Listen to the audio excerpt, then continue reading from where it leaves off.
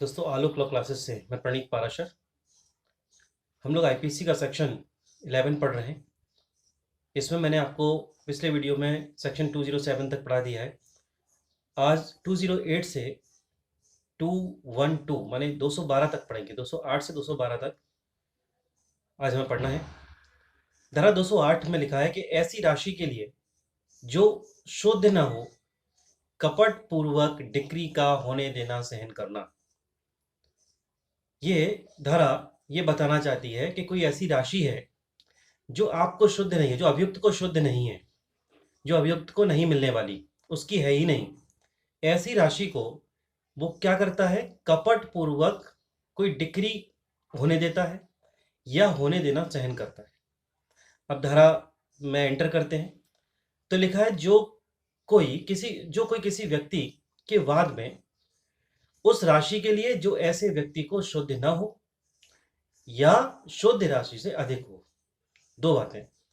जो कोई किसी ऐसे व्यक्ति के वाद में, किसी ऐसे व्यक्ति से वाद है उसका जिसमें उस राशि के लिए जो उसे शुद्ध न हो या शुद्ध राशि से अधिक हो, माने जो उसको मिलने वाली है वो उस राशि उसकी नहीं, उसको मिलने वाली नहीं है, लीगली उसको नहीं मिलेगी, ये उसको पता है। और या फिर उससे ज्यादा राशि के लिए क्या करता है, ऐसी संपत्ति या कोई हित, ऐसी संपत्ति या उसके संपत्ति में के किसी हित के लिए जिसका वह व्यक्ति हकदार नहीं न हो, अपने विरुद्ध कोई डिक्री या आदेश कपट पूर्वक पारित करवाएगा या पारित किया जाना सहन करेगा। ठीक है, क्या कर रहा है, कोई व्यक्ति किसी ऐसी राशि के लिए जो शुद्ध नहीं है या फिर शुद्ध राशि से अधिक है, क्या करता है, ऐसी संपत्ति या उसके संपत्ति किसी हित के लिए जिसका वो व्यक्ति हकदार ही नहीं है, क्या करता है, अपने विरुद्ध कोई डिक्री या आदेश कपट पूर्वक पारित करवाएगा। ये बात ऐसे समझ में नहीं आएगी, पहले आपको इसके एक एग्जांपल समझना पड़ेगा जो इसी धारा में दिया गया है। सुनिए एग्जांपल क्या है।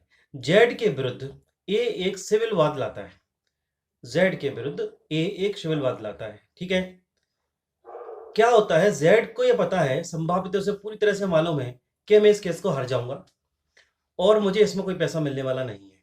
ठीक है, तो जेड यह संभावित जानते हुए कि ए इसके विरुद्ध किसी डिग्री को प्राप्त कर लेगा, क्या करता है वो, और मेरे से पैसा चला जाएगा, ऐसा जेड को ऐसा संभाव्य लगता है। तो वो क्या करता है, बी के वाद में जिसका उसके विरुद्ध कोई न्यायसंगत दावा नहीं है, एक केस होता है जिसमें वो बी के विरुद्ध जिसमें दावा नहीं है उसमें दावा करता है, ये दावा करता है खुद, और उसको मालूम है क्या होगा, यहां भी मैं हार जाऊंगा। लेकिन बी से उसने क्या किया है, बी से उसने एक कपटपूर्ण सहमति कर ली है, एक कपटपूर्ण संविदा कर ली है कि जो पैसा मिलेगा उसमें कुछ अंश में आपसे ले लूंगा। ये किसको नुकसान पहुंचाना चाहता है, जेड यहां पर बी से संधि करके ए को नुकसान पहुंचाना चाहता है। ठीक है ना, तो जेड के विरुद्ध एक वाद ए संस्थित करता है, जेड को मालूम है हार जाऊंगा, पैसा मेरे हाथ से चला जाएगा, इसलिए वो बी के विरुद्ध एक कपटपूर्ण ढंग से एक वाद लाता है जो न्याय संगत नहीं है और डिक्री अभिप्राप्त कर लेता है। ठीक है ना, अभिप्राप्त कर लेता है, और किस इंटेंशन से करता है कि जो कपटपूर्ण रूप से डिक्री आएगी उसमें से या तो उस पूरे पैसे को या उसे किसी अंश को वो प्राप्त कर लेगा।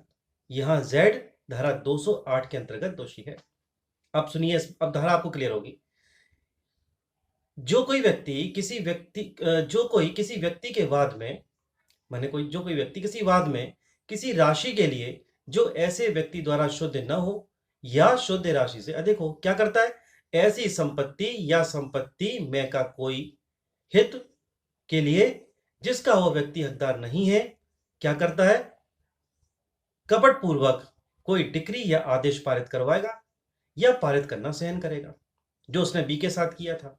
ठीक है, दूसरी बात सुनिए क्या लिखा है, किसी डिक्री या आदेश के लिए, चलिए डिक्री आदेश हो गया, यहां तक पारित करने और करवाने तक की बात थी, अब डिक्री आदेश पारित हो गया, अब उसका तुष्टीकरण होना है, उसका एग्जीक्यूशन होना है, उसको पैसे का लेन देन होना है। तो डिक्री आदेश को तुष्ट हो जाने के पश्चात या जिस बात के विषय में उक्त डिक्री या आदेश तुष्ट कर दी गई हो अपने विरुद्ध निष्पादित करवाएगा, जानबूझ के ऐसा करवाएगा।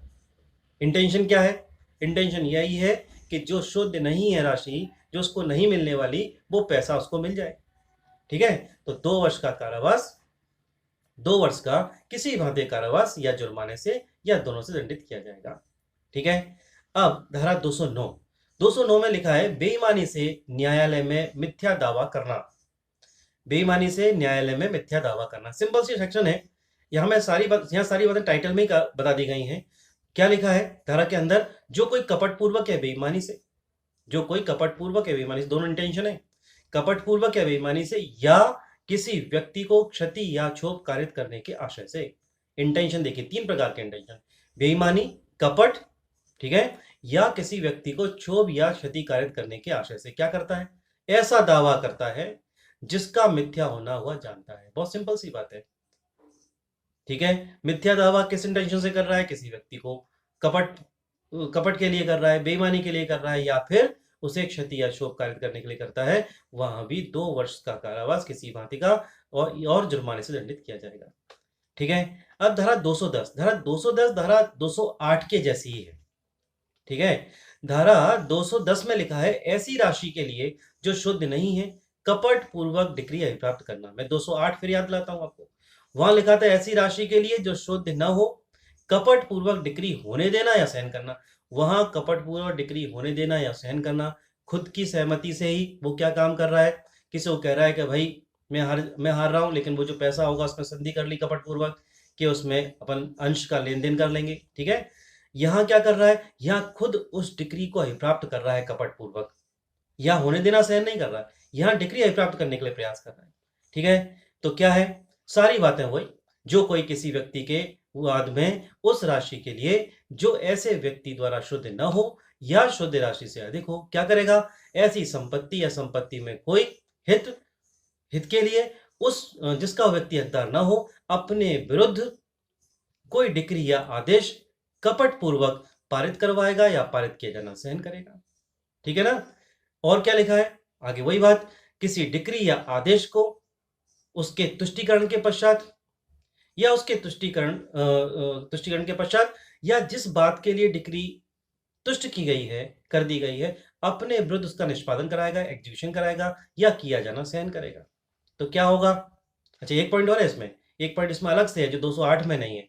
इसमें लिखा है या अपने नाम में कपट, क्योंकि ये डिक्री अभिप्राप्त करने वाली बात है ना, या अपने नाम में कपट पूर्वक ऐसा कोई कार्य किया जाना सहन करेगा या किए जाने की अनुज्ञा देगा, तब दंड का प्रावधान वही जो धारा 208 में पड़ा था, 2 वर्ष का किसी भांति कारावास और जुर्माने से या दोनों से दंडित किया जाएगा।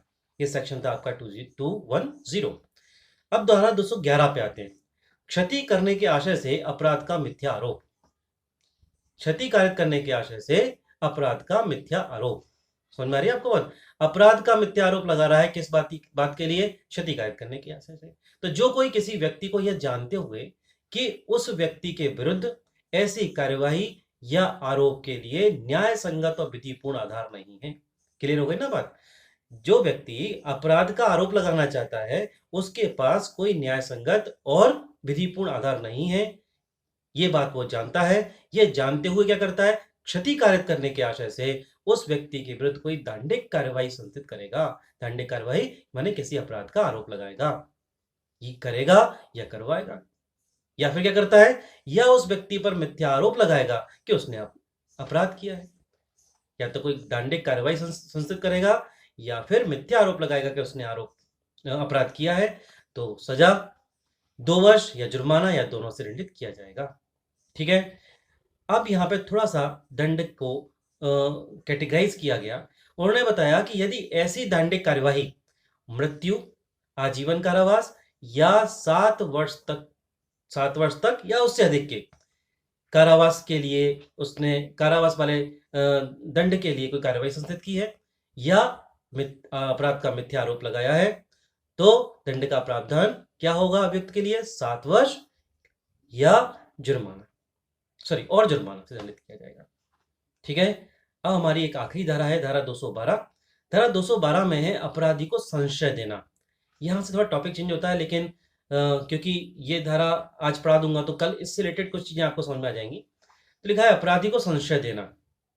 सुनिए, जबकि कोई व्यक्ति सॉरी, जबकि कोई अपराध किया जा चुका है, तब ऐसे व्यक्ति के बारे में ज्ञान रखते हुए, ठीक है ना, जब कोई अपराध किया गया है और अपराध किसने किया इस बात का आपको ज्ञान है, ज्ञान रखते हुए या विश्वास का कारण रखते हुए कि वह अपराधी है, जिसको वो संशय देना चाहता है वो अपराधी है, क्या करेगा, उस अपराधी को वैध दंड से प्रतीक्षादित करने के लिए उसको वैध दंड ना मिल पाए, कानून उसको दंडित ना कर पाए, इसलिए इस आशय से क्या कर रहा है, उसको संशय दे रहा है, ठीक है ना। संशय देगा या छिपाएगा तो फिर दंड का प्रावधान उसके लिए, क्या दंड का प्रावधान है, उसमें लिखा है मृत्युदंड। मृत्युदंड, अच्छा देखिए, इसमें फिर उन्होंने कैटेगराइज किया दंड के प्रावधान को। जो संशय दे रहा है, अगर मृत्युदंड से दंडनीय अपराध है, जिस मृत्युदंड से दंडनीय अपराधी को आपने संशय दिया है, तो 5 वर्ष और 5 वर्ष किसी भांति कारावास 5 वर्ष तक का हो सकेगा और जुर्माने से दंडनीय होगा, ठीक है ना। दूसरी बात, आजीवन कारावास या 10 वर्ष तक कारावास। जो आपने 201 में दंड का प्रावधान पढ़ा था, वैसा ही दंड का प्रावधान यहाँ है, मतलब उस तरह कैटेगराइज उसी कैटेगरी में किया गया है। तो मैं फिर से बताता हूं कि अपराधी को संशय दिया जा रहा है, वो अपराधी अगर मृत्युदंड से दंडनीय है और ऐसे मृत्युदंड से दंडनीय अपराधी को दंड से प्रतीक्षादित करने के लिए आपने उसे संशय दिया है, छिपाया है, तो अगर मृत्युदंड वाला है तो 5 वर्ष किसी भांति का 5 वर्ष का कारावास और जुर्माने से दंडित किया जाएगा। आजीवन कारावास या 10 वर्ष तक के कारावास वाले किसी व्यक्ति को संशय दिया है तो 3 वर्ष और जुर्माने से दंडित किया जाएगा। और यदि 1 वर्ष या उससे अधिक, 1 वर्ष और उससे अधिक, अधिक कितना, 10 वर्ष से कम तक, 1 वर्ष से अधिक और 10 वर्ष से कम तक का अगर कोई अपराधी है, इस दंड से दंडित होने वाला कोई अपराधी है, उसको संशय दिया गया है, तो इन अपराधों के लिए, जिस अपराध के लिए वो दंडनीय है, उसके दीर्घतम अवधि के 1/4 भाग से दंडित किया जाएगा। इस धारा में 2 बातें अलग से बताई गई, ठीक है ना। एक तो इसमें यह बताया गया कि इसमें बताया गया कि जो अपराध होगा किसी ऐसे स्थान पर किया गया है जो भारत के बाहर है, ठीक है ना। भारत के बाहर कोई ऐसा कार्य किया गया है जो यदि भारत में किया गया होता तो कुछ धाराएं मैंने आपको धारा 203 में गिनाई थी, वही धारा 302, धारा 304, धारा फिर से गिनता हूं, धारा 302, धारा 304, 382 के बाद 392 से लेके 399, फिर 402, फिर 435, 436, फिर 449, 450 और उसके बाद 457 से 460। ये अगर धाराओं के अंतर्गत कोई कार्य उसने भारत के बाहर किसी स्थान पर किया है और इन धाराओं के अंतर्गत अगर इन धाराओं के अंतर्गत अगर अपराध से दंडित होता तो वो अपराध की श्रेणी में आएगा, फिर भले उसने वो भारत के बाहर किया हो, ठीक है। अब लास्ट बहुत इंपॉर्टेंट बात है इसमें, जो कई बार पूछी गई है आपकी परीक्षाओं में, अपवाद है इसमें संशय देना। तो बड़ी इंपॉर्टेंट बात बताई, किसी अपराधी को जानते हुए कोई संशय देगा तो इस धारा के अंतर्गत आएगा 212 में। लेकिन दो लोग बताए गए, अगर पत्नी ने कोई अपराध किया है और पति उसे संशय देता है तो इस धारा के अंतर्गत उसे दंडित नहीं किया जाएगा। और यदि पति ने कोई अपराध किया है, पत्नी ने संशय दिया है, तब भी उसे इस धारा के अंतर्गत विस्तारित नहीं किया जाएगा। तो मैं पढ़ देता हूं, इस धारा का विस्तार ऐसे मामले पर नहीं है जिसमें अपराधी को संशय देना या छिपाना उसके पति या पत्नी जैसी कंडीशन हो। अगर पत्नी है तो पति ने और पति है तो पत्नी ने संशय दिया हो, इस धारा के अंतर्गत नहीं आता है। इस तरह से धारा 212 कंप्लीट हुई। तो मैंने आज 208 से 212 तक की समरी की। कल फिर एक नए ग्रुप के साथ